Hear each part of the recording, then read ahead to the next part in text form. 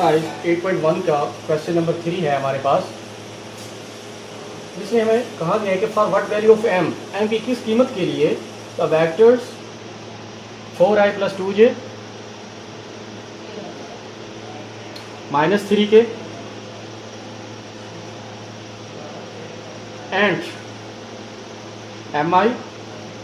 mi -j + √3 के have the same magnitude. ये हमारे पास कोई ए वेक्टर है, ये कोई हमारे पास बी वेक्टर है, कि एम की कीमत क्या होगी कि ये दोनों वेक्टर्स जो हैं वो आपस में मैग्नीट्यूड सेम रखेंगे। तो मैं लिखता हूँ ए मैग्नीट्यूड बी मैग्नीट्यूड बराबर, तो मैं लिखता हूँ mi -j + √3 के is equal to 4i + 2j -3 के। अब इसका मैग्नीट्यूड निकालते हैं और इसका मैग्नीट्यूड निकालते हैं। m का स्क्वायर -j का स्क्वायर प्लस √3 का स्क्वायर इज इक्वल टू 4 का स्क्वायर 2 स्क्वायर प्लस -3 का square under m square plus 1। यहाँ पर पोजीशन वेक्टर की जगह पर हम 1 लिखेंगे, कांस्टेंट लिखेंगे। -1 का स्क्वायर 1 के इक्वल होगा। √3 से इसका स्क्वायर ख़त्म हो जाएगा तो ये बन जाएगा प्लस √3, ख़त्म हो जाएगा, ये +3 में कन्वर्ट हो जाएगा।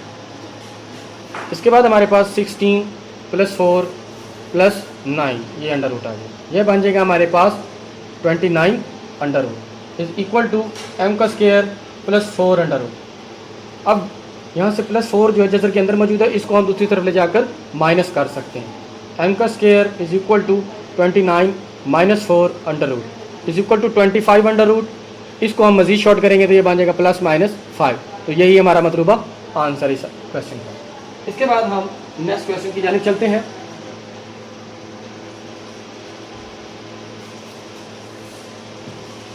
नेक्स्ट क्वेश्चन के अंदर हमारे पास लैम्डा की कीमत फाइंड करनी है।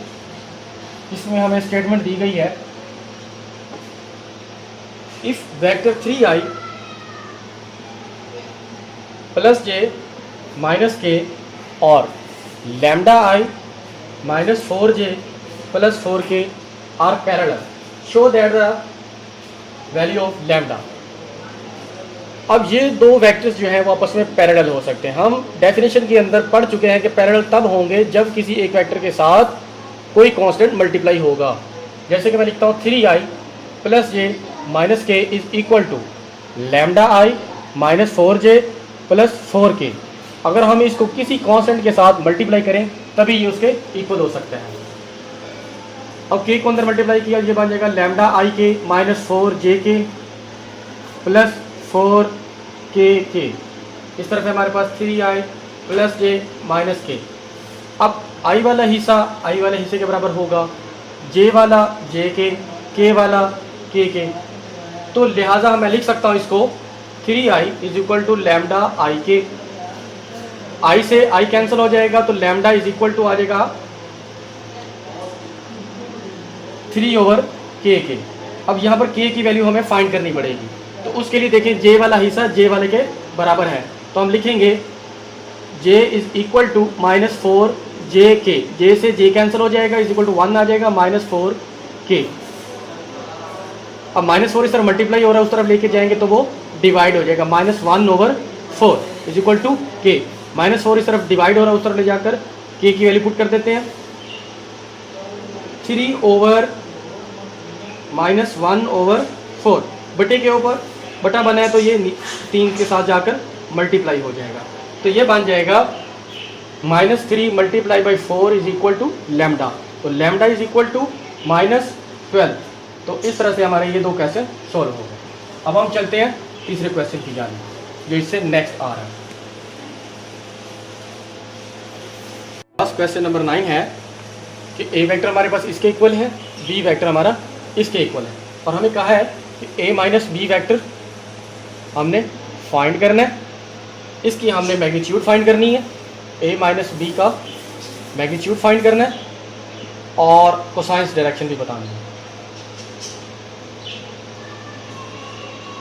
सबसे पहले हम इसका a - b मालूम करेंगे जब हम इसका a माइनस बी मालूम करेंगे तो अलामात चेंज हो जाएंगे।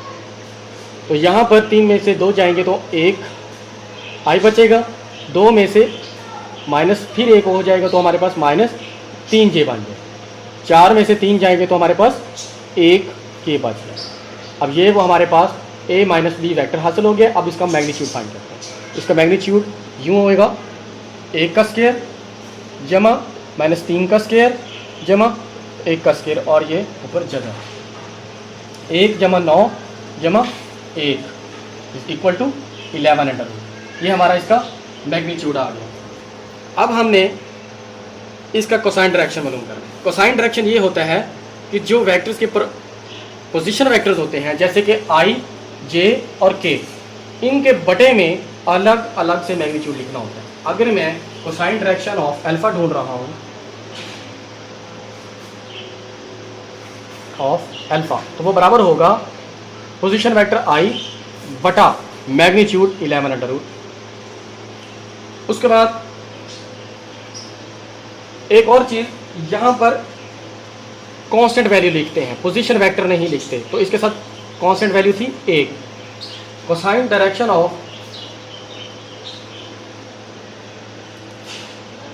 बीटा, तो हमारे पास बीटा की वैल्यू निकालने के लिए हमारे पास j वाली पोजीशन पर है -3 और बटे में मैग्नीट्यूड हमारे पास वही 11 आ जाएगा।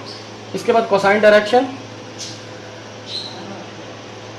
ऑफ गैमा, तो उसके लिए हमारे पास कांस्टेंट वैल्यू है 1 k की जगह पर 1/11, ये मैग्नीट्यूड जो बार बार हम इस्तेमाल करें। तो ये इसकी कोसाइन डायरेक्शन हो गई और ये इसका माड। तो हमने इस एक्सरसाइज को सॉल्व कर लिया। नेक्स्ट एक्सरसाइज में मिलते हैं, तब तक इजाज़त दीजिए। अल्लाह हाफिज़, फ़ी अमान।